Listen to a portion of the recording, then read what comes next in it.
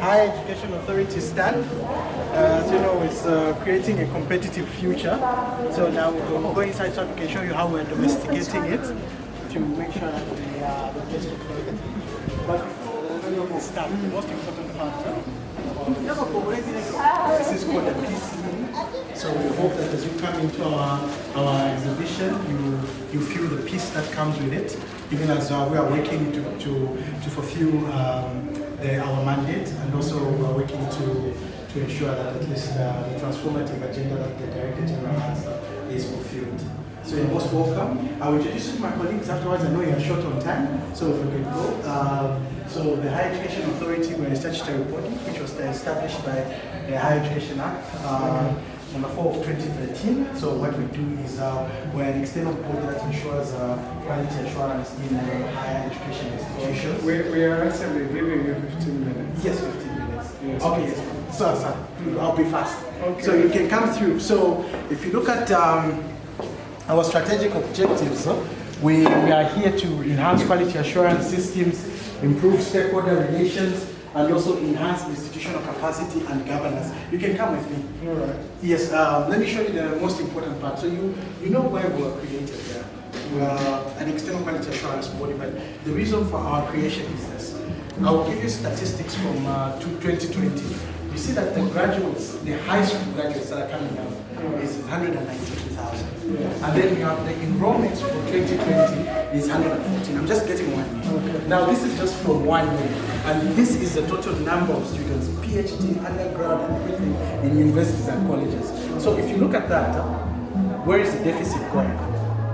So the government realized that higher education couldn't just be a preview of the public sector anymore. It had to become to the private sector. You can come with me. So as we came into the private sector, we needed an authority, a body that can quality assure that. So now how is HEA creating a competitive future through ensuring quality in higher education? One, access is important. This is why after we got established in 2013, in 2015 we started operating, and you see the number of institutions we are registering. But it's just not about registering institutions. 2019, we have how many? 60.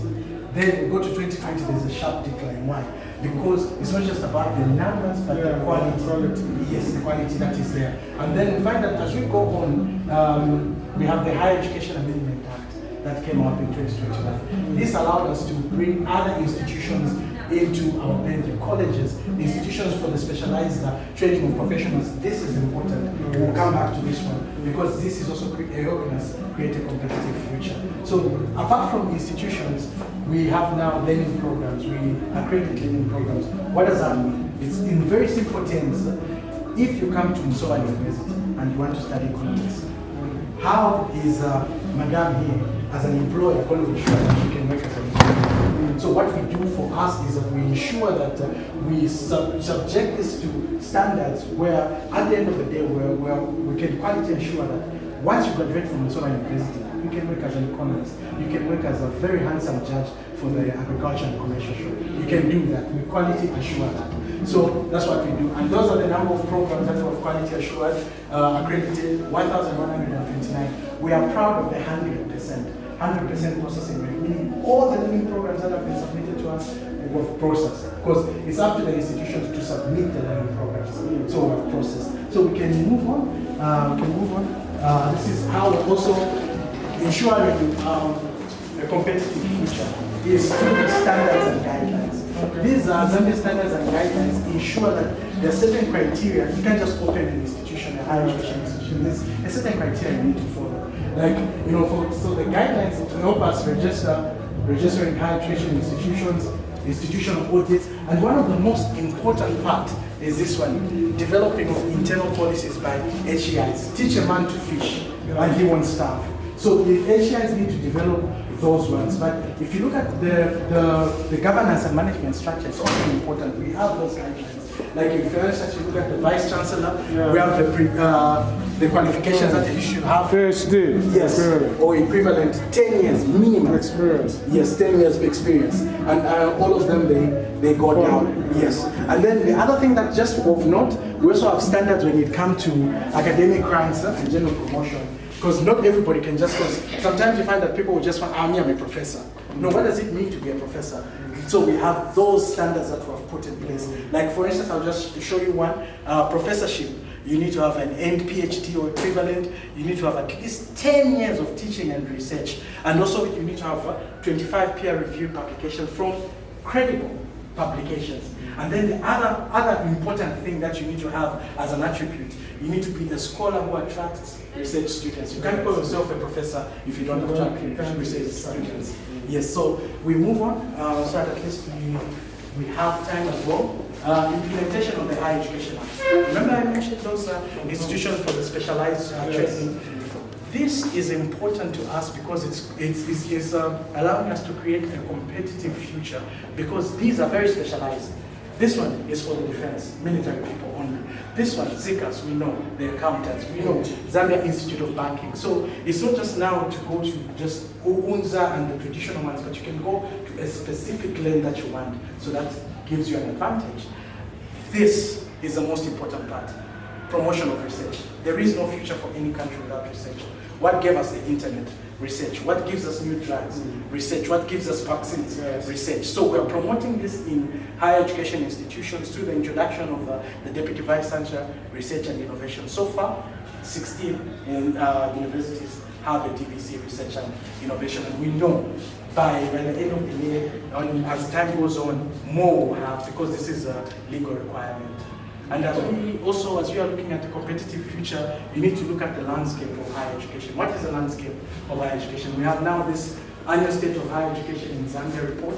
So what this report does, it's a profound report because before this, there was no other publication you could go to and say, what is the landscape of higher education in Zambia? So this gives you an advantage as you are looking at the future. This gives you a competitive advantage. Like if you look at academic stuff by gender, you see that, okay, in public universities we have 65 females who are lecturing who have PhDs. In private we have 233. We're talking about research. For us to have researchers, we need to have people with PhDs. We need to have people who add novel knowledge to our society. We had just experienced COVID. We're experiencing a drought. We're experiencing climate change. We're experiencing power shortages. How are these novel ideas going to be propagated in our country if we don't have PhDs? So then we start planning a competitive future, PhDs, competitive future, PhDs. So we plan that way. So this is how we're contributing. You have these data and statistics that you can see. And to finally conclude, so I can also give you time before you go, so that you can ask us any questions, and I'll introduce you to my colleagues, and the reason I left them the best for last. One of the most important things as we are doing our work is stakeholder engagement. Why is that important? HEA is not decentralized. We're based in Lusaka. How do we interact with people out there? How do we interact with people in the northern provinces of Zambia? How do we interact with people and have issues? Stakeholder engagement. This is why it's here. This is why we have our phone number, email address, social media platforms there.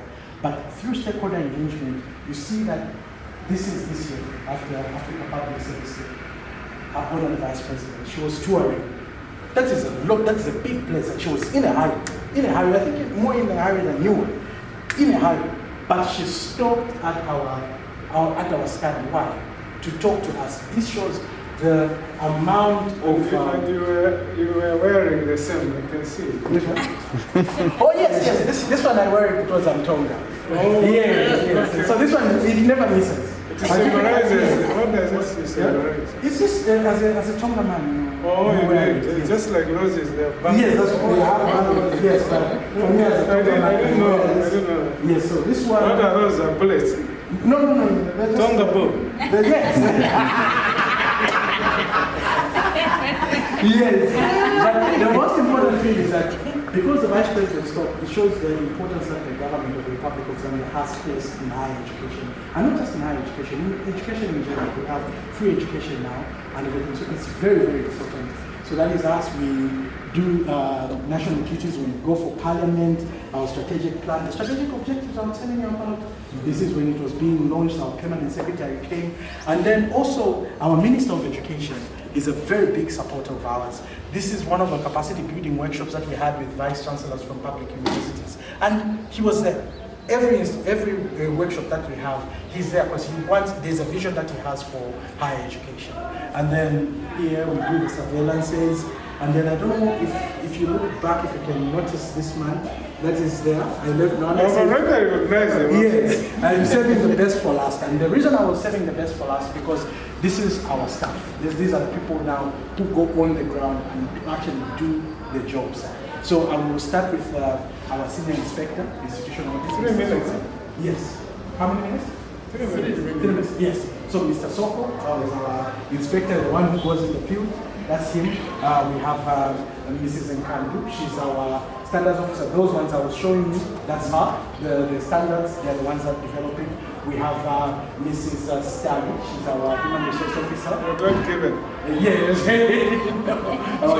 knows about the bullets. She knows about it. She knows about it. She keeps us well. And we have Mrs. Mubika, who is the personal assistant to the Director General. And of course, last but not least, Mr. Sakala, Mr. Tabani Sakala. Yes. Because of him, we are able to do yes. That is how we are ensuring a competitive future as our education authority. As an authority, we are very grateful to that you spend time to come and see what we are doing, because we believe that our job, especially when we look at research, there is nothing more important. There is nothing that will take us further. With the problems that we're facing of climate, economic, and every other problem that we're facing, there is nothing but research. Yes. So I don't know if you have any questions, because our team is ready to answer.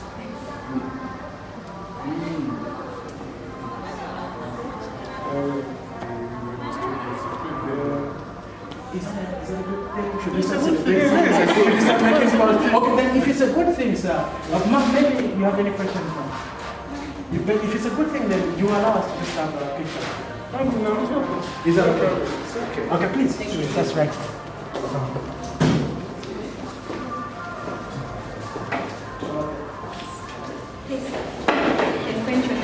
Go around, it's hot. Thank you. You're welcome. Sure. So, what we'll do, we'll just so because the fact that you jack the budget's full, and then we'll surround you with the love. Remember this lady? You gave me a piece, so we're surrounding you with love. So, yeah. So, apa, malah ko pakai, and then piercing apa, and then ko workshop.